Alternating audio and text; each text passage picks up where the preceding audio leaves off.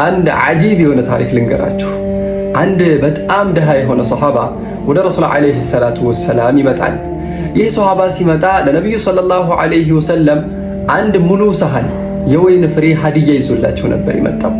ታዲያ ነቢዩ ሰለላሁ ዓለይሂ ወሰለም ያንን የመጣላቸውን ሀዲያ ተቀበሉና አንድ ፍሬ ብድግ አድርገው ፈገግ እያሉ በሉ።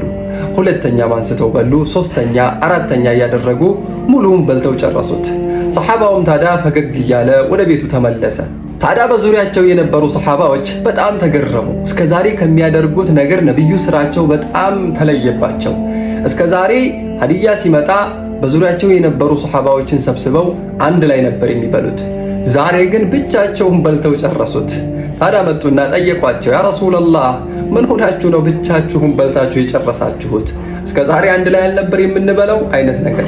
ታዲያ የሚገርመው ወላሂ የነቢዩ መልስ ነበረ። ምን አሉ መሰላችሁ? ወይኑን ስቀምሰው በጣም ነበር የሚመራው አሉ። ከመሃላችሁ አንድኛችሁ ቀምሶት አይ በጣም ነው የሚመራው ብሎ ወላሂ የዚህ ሰውዬ ልቡ እንዳይሰበር ፈርቼ ነው ፈገግ እያልኩኝ በልቼ የጨረስኩት አሉ። ሱብሃንአላህ። አንድ ተራ ግለሰብ ልቡ እንዳይሰበር የሚጨነቅ ነቢይ። ወላሂ ዛሬ ታዲያ የውመል ጁምዓ ነው። በዚህ በነቢይ ላይ ሰለዋት እያወረዳችሁ መልእክቴን ብዙ ሰው ዘንዳ እንዲደርስ ሼር አድርጉልኝ። አላሁመ ሰሊ ዐላ ሙሐመድ ወሸፊዕ ሙሐመድ።